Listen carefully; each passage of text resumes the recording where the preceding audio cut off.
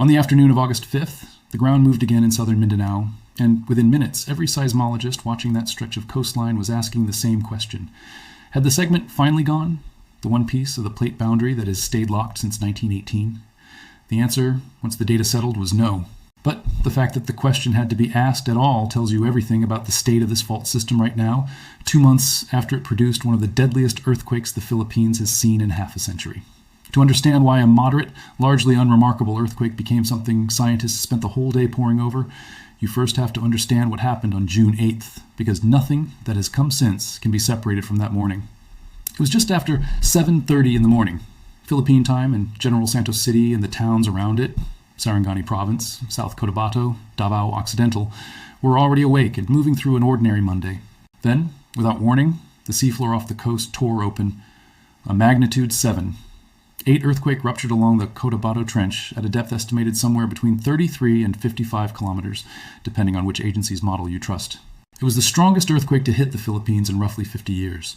And the shaking was violent enough that police later described drivers losing control of their cars on open roads, trees whipping back and forth as though caught in a storm under a clear sky, and buildings that had stood for decades coming down in seconds. A fast food outlet in General Santos collapsed outright. At St. Elizabeth Hospital, the damage was severe enough that staff moved patients, some still connected to IV lines and monitors, out into parking lots and courtyards, rather than risk keeping them inside a structure that might not hold through the next jolt. Less than 5 minutes after the shaking stopped, the second phase of the disaster began. The seafloor displacement sent a series of waves toward the coast, and tsunami surges as high as 4 meters struck 6 coastal communities across Sultan Kudarat and Sarangani provinces. The Philippine Institute of Volcanology and Seismology, known simply as PHIVOLCS, issued an emergency tsunami warning covering 9 provinces and ordered coastal evacuations. The warning didn't stay contained to Philippine waters either. Indonesia's geophysical agency picked up waves on its own coastline, with the highest reading near North Sulawesi. Palau logged a tsunami signal. Japan detected disturbance around Okinawa and the Ogasawara Islands. Officials in Sabah, Malaysia, told residents to stay off the shoreline. Within about an hour, a single rupture off Mindanao had triggered coordinated alerts stretching from Southeast Asia to Japan. As rescue crews worked through the rubble in the days that followed, the death toll climbed steadily. Early reports put it around 32, then 41, and by the time the counting settled, it stood at more than 106 killed, over 1,300 injured, several people still unaccounted for, and upward of 120,000 homes damaged or destroyed. Sarangani Province alone lost 47 people. South Cotabato lost 24, including 22 within General Santos City itself. Davao Occidental lost 20. Roughly 10,000 families were displaced in the immediate aftermath. What makes this earthquake genuinely different from a typical headline disaster is what happened after the cameras moved on. The main shock didn't just release its energy and go quiet. It kicked off one of the most sustained aftershock sequences this region has produced in years. Within the first few hours, PHIVOLCS had already logged more than 130 aftershocks, some as strong as magnitude 7. By the next morning, that counted past 1,000, including several more events in the magnitude 6 range. By June 19th, less than 2 weeks after the main shock, the cumulative total had crossed 8,500 separate earthquakes, 3 of them above magnitude 6. Try to hold that number in your head for a second. Not one aftershock, not a dozen, but well over 8,000 individual earthquakes hammering the same stretch of coastline while people were still searching for missing relatives and trying to work out whether their homes were safe to walk back into. The ground itself changed shape. Along roughly 100 kilometers of coastline, the seabed was permanently lifted by as much as 2 meters and pushed outward by up to 200 meters. Coral reefs that had sat submerged for as long as anyone could remember were suddenly exposed on dry land. That kind of permanent deformation is one of the clearest fingerprints of a genuine megathrust earthquake, the kind of event where an entire plate boundary lurches at once rather than a single contained patch of fault slipping. PHIVOLCS tied the rupture to subduction along the Cotabato Trench, one of 3 separate active subduction zones bordering Mindanao, which is part of why this island has such a long and brutal relationship with large earthquakes. Then, as if the region hadn't absorbed enough, the weather turned against it. In early July, Typhoon Bavi pulled a supercharged southwest monsoon over Mindanao. The hillsides across the disaster zone had already been shaken loose by the June rupture, and the rain that followed turned that loosened ground into landslide terrain. 18 people died in landslides in the Philippines, even though the typhoon's actual landfall was hundreds of kilometers away in China. People who had survived a magnitude 7.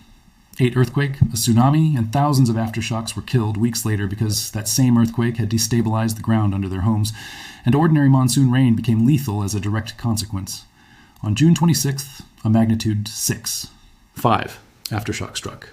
On July 14th, just before midnight, a magnitude 6. 2 hit near Sarangani Island at a depth of nearly 68 kilometers, squarely inside the same corridor. At that point, roughly 96,000 people were still displaced, still living in evacuation centers with relatives or under makeshift shelter more than 5 weeks after the disaster began. Five Oaks confirmed this quake as an aftershock of both the original main shock and the June 26th event. None of this, seismologists were careful to point out, was random. It was, in their words, mathematically expected. There's a well-established principle called Omori's law, which describes how the rate of aftershocks following a major earthquake decreases over time, but never drops to zero quickly.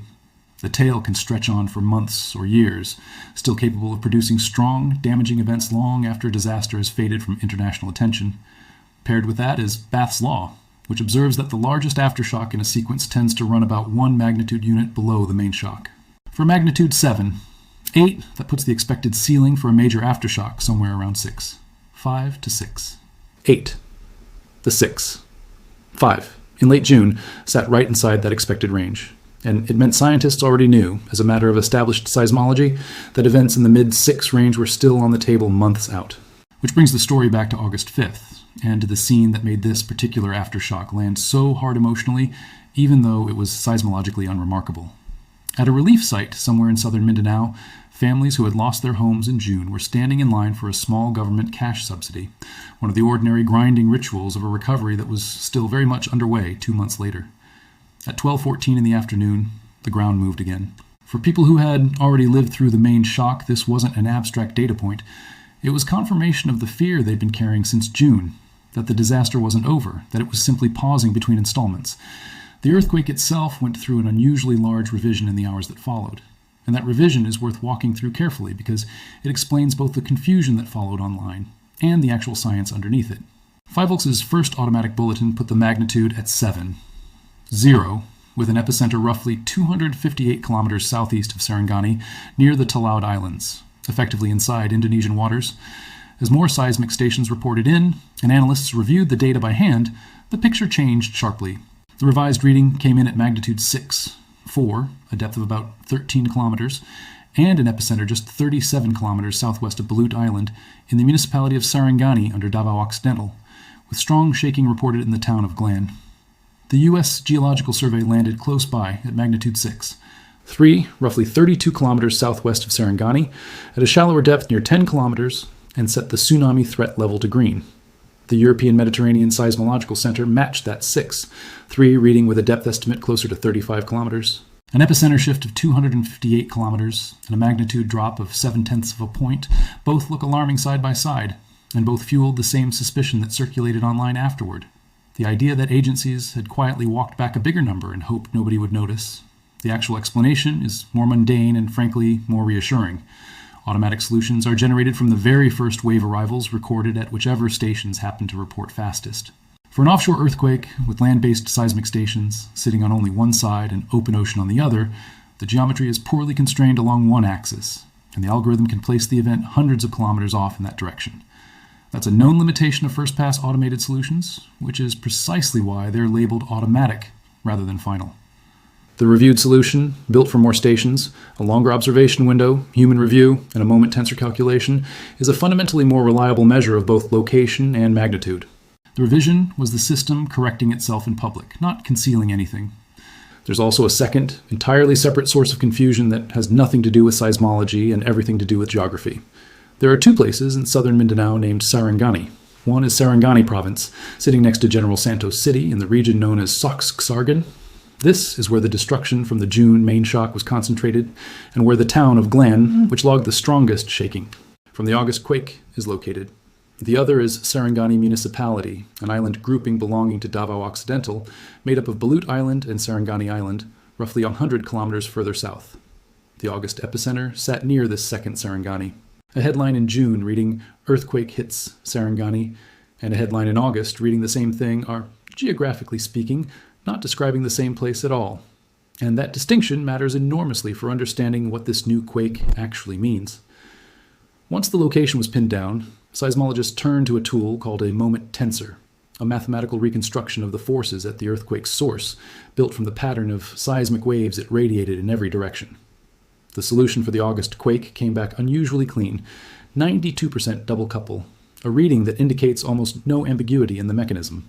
In plain terms, it means the earthquake matched, almost perfectly, the signature of one block of rock sliding past another along a flat fault surface.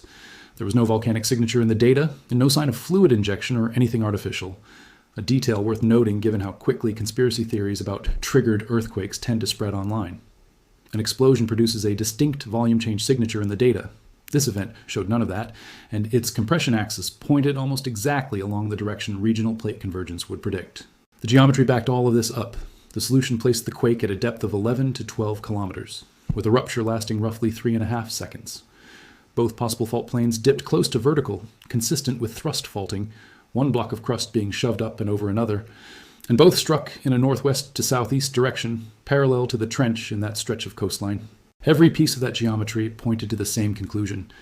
This was a subduction thrust event, driven by the floor of the Celebes Sea being pushed eastward beneath Mindanao. Now compare that depth to the June main shock, because this single comparison is the most important detail in the entire story. The August quake sat at 11 to 12 kilometers below the seafloor. The June main shock was placed at roughly 33 kilometers by Fivolks and as deep as 55 to 57 kilometers by the USGS. That's not a small gap. The August rupture sat far up dip from where the June fault actually broke, much closer to the trench itself, well above the depth range of the main shock. In other words, this wasn't the same fault surface failing a second time. It was a different structure entirely, and the word aftershock, while technically accurate in a sequence sense, tends to obscure that distinction. Two structures fit the profile of what broke in August. One is the shallow, near-trench section of the subduction interface itself, the part of the megathrust closest to the trench axis, sitting above and seaward of the patch that ruptured in June. The other is what's known as a splay thrust, a secondary fault branching upward off the main plate interface, cutting through the pile of scraped-off sediment that builds up against the edge of the overriding plate in a subduction zone. That pile is called an accretionary wedge, and it's worth understanding because it punches above its weight when it comes to hazard. As one tectonic plate slides beneath another, the sediment sitting on top of the descending slab gets scraped off, the way a bulldozer blade peels material off a road, and that material stacks into a wedge against the front edge of the upper plate. It's weak, waterlogged, riddled with secondary faults, and because those faults sit so close to the seafloor, when one of them slips, it can lift water efficiently, which is exactly the kind of geometry that can generate a tsunami out of proportion to the earthquake's magnitude. Both candidate structures point toward the same underlying process: stress transferred outward from the June main shock, triggering failure on a neighboring piece of the fault system, rather than the same patch rupturing twice. That distinction carries real weight, because a stress transfer failure on an adjacent structure is exactly the mechanism through which large earthquakes propagate along a plate boundary over months or years. It isn't the signature of a sequence quietly winding down. There's one more thing this particular mechanism resolved, at least partially. The June main shock has never been definitively pinned to a single fault. The two leading candidates have been the Sarangani Trench to the south and the Cotabato Trench to the north, and that question has stayed open for 2 months. The Sarangani Trench dips to the west. The August solution is east dipping, which lines up with the Cotabato Trench rather than the Sarangani Trench, meaning a moderate earthquake nobody expected to matter, which ended up contributing genuine evidence toward closing a question seismologists have been unable to settle since June. The main shock of this new mini-sequence didn't arrive alone. Over roughly 5 hours, international catalogs logged 8 more earthquakes above magnitude 4. 6, plus a ninth, picked up only by the Philippine National Network, a spread that included a 5, 2 south of Sarangani, a 4, 8, and a 4, 9 to the southwest, a 4, 6, and a 4, 9 far to the east-southeast, another 5, 1 back in the southwestern cluster, a 5, 0, and a final 4. 8. What stands out about that sequence is the geography. Textbook aftershocks cluster tightly around the original rupture and decay outward. This one started southwest of Sarangani, jumped roughly 130 kilometers to the east-southeast, and snapped back to the southwest within 2 minutes, spanning a zone of something like 130 to 150 kilometers, rather than concentrating around a single point. On its own, that isn't necessarily alarming. A magnitude 7. 8 rupture loads an enormous volume of surrounding crust, and a broad aftershock distribution is a normal consequence of that. But it's exactly the kind of spatial pattern seismologists keep watching, because the shape of where earthquakes occur, not just their size, is what would carry any real warning signal. 12 minutes after the shaking, the U.S. National Oceanic and Atmospheric Administration issued a tsunami bulletin covering Mindanao. It carried no warning status and no reported impact, and the USGS tsunami flag for the event read 0. The more accurate way to describe what happened is that the warning system evaluated the earthquake and issued a no-threat product. It ran the numbers and stood down, which is the system working exactly as intended. It's worth understanding why it fired at all, though. Shallow thrust earthquakes close to a trench axis can generate tsunamis out of proportion to their magnitude, because they displace the seafloor across a wide area through relatively soft rock and often rupture more slowly, producing more seafloor uplift per unit of radiated energy than a similarly sized event occurring deeper on the fault. At magnitude 6, 3 to 6.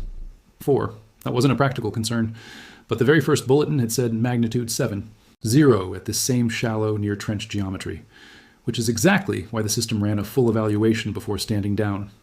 Change nothing about the location or depth and just add one more magnitude unit, and the entire conversation shifts. For scale, the June main shock at 7.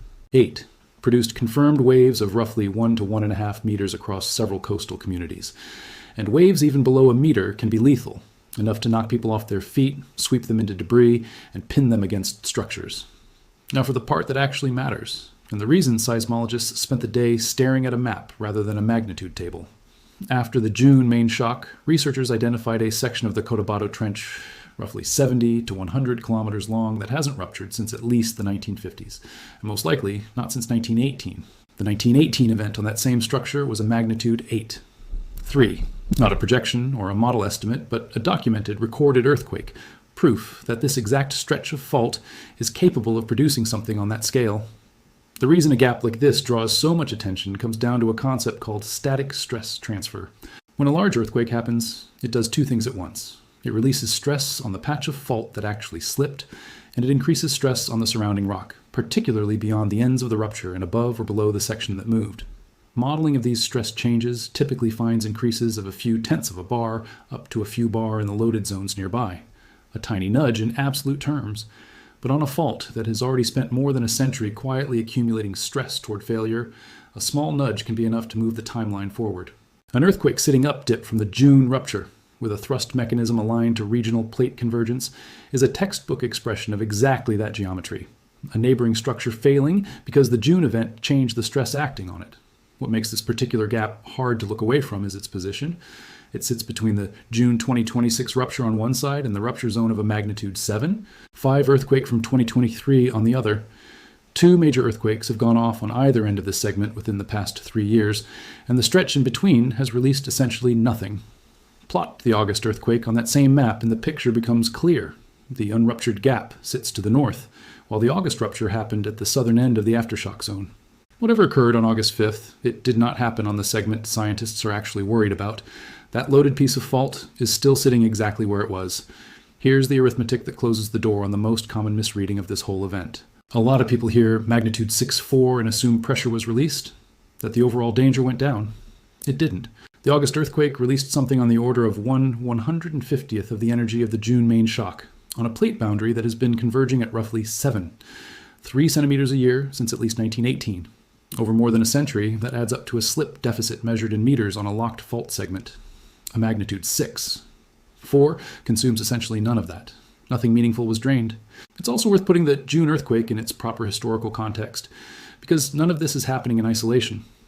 Since the main shock, Fivolks has recorded more than 8,500 aftershocks, 3 of them above magnitude 6, with the largest sitting around 6. 5, comfortably inside the range Bath's law would predict for a 7.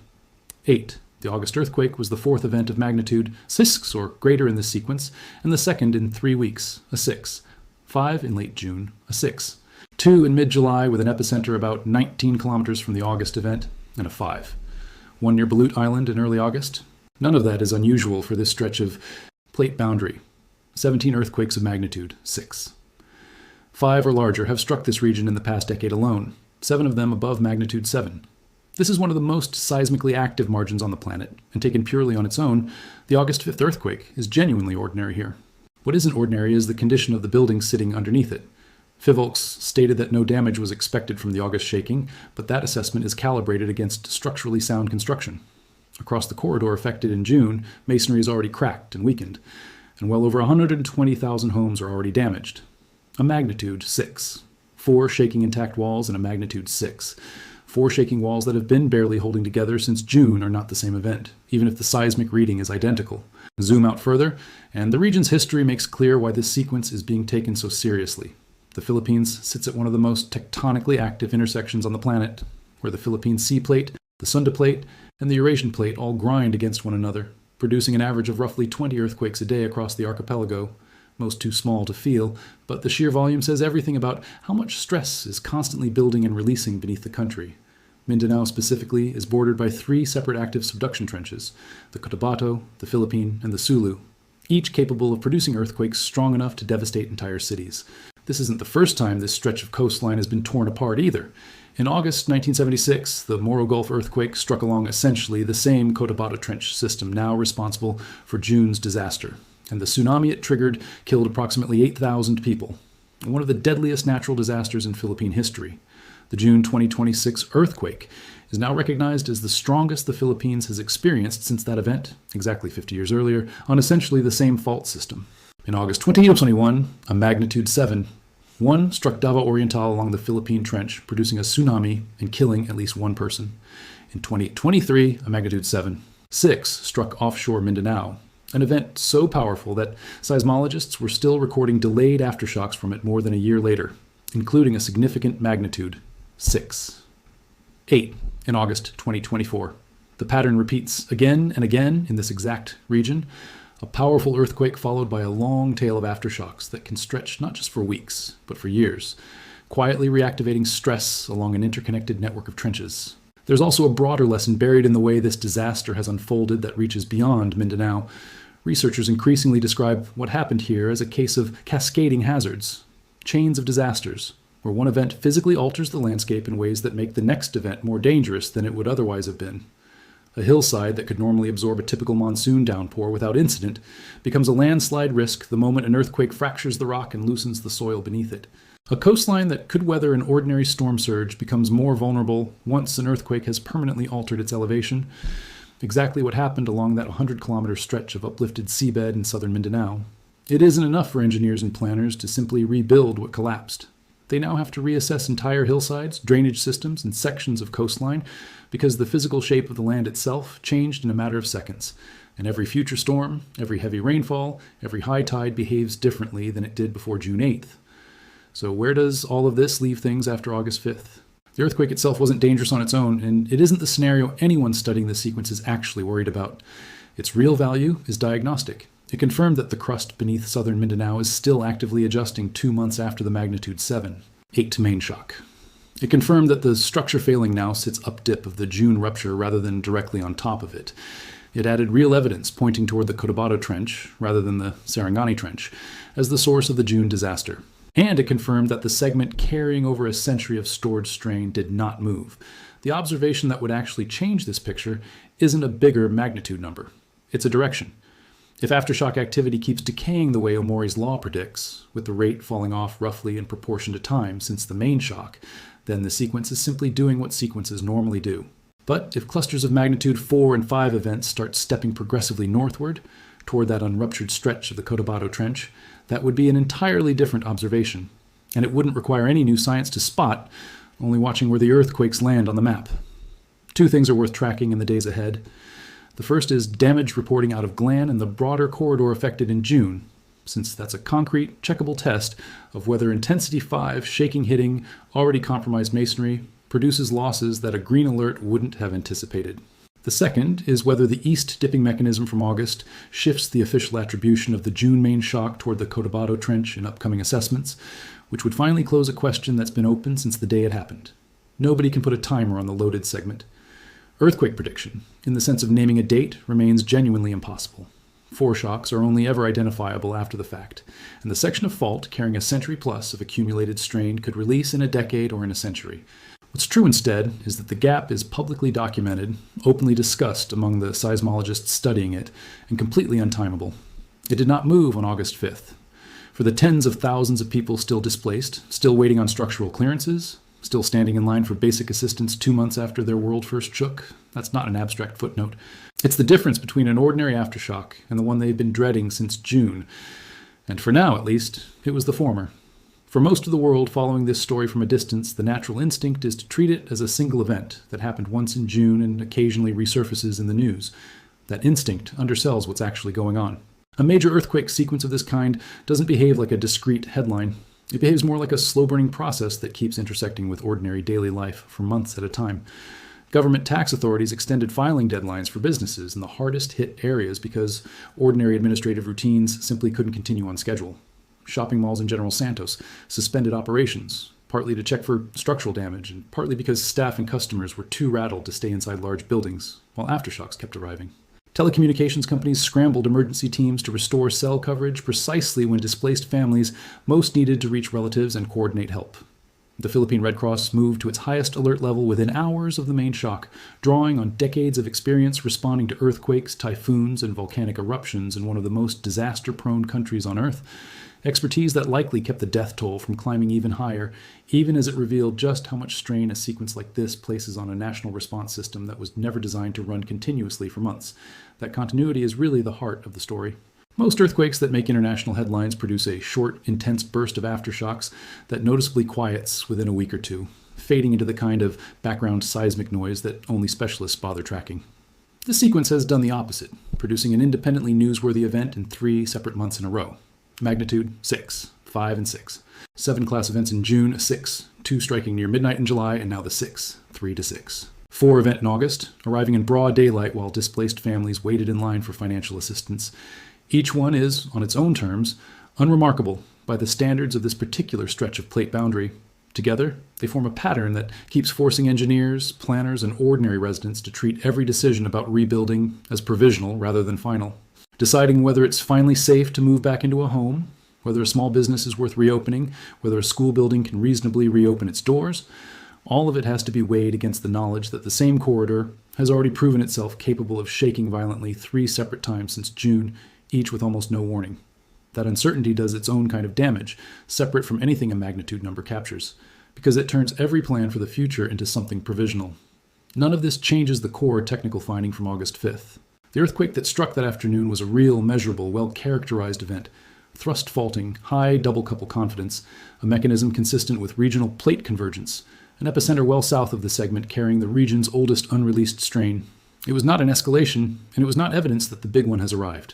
But it was a reminder, delivered in the middle of an ordinary Wednesday afternoon at a relief distribution site, that the underlying process which produced June's catastrophe is still running its course beneath southern Mindanao, and that the piece of it seismologists are actually watching hasn't moved yet. The honest state of the science, then, is this. The fault system beneath southern Mindanao ruptured catastrophically on June 8th with a magnitude 7. 8 megathrust earthquake, the strongest the Philippines has felt in 50 years, killing more than 100 people and permanently reshaping 100 kilometers of coastline. It has since produced more than 8,500 aftershocks, triggered deadly landslides when a typhoon's rain fell on ground the earthquake had already fractured, and continued to produce significant events roughly once a month, June, July, and now August, each one a fresh test of buildings that never fully recovered from the first blow. And it is sitting directly beside a stretch of fault that hasn't released meaningfully since 1918, loaded further by every earthquake that has gone off around it since. Nobody watching this sequence is claiming to know when that segment will move. What they are saying, based on decades of studied patterns rather than guesswork, is that the region remains firmly inside an elevated active phase of seismic hazard, and that the next earthquake worth worrying about won't announce itself with a bigger number. It will announce itself with a location.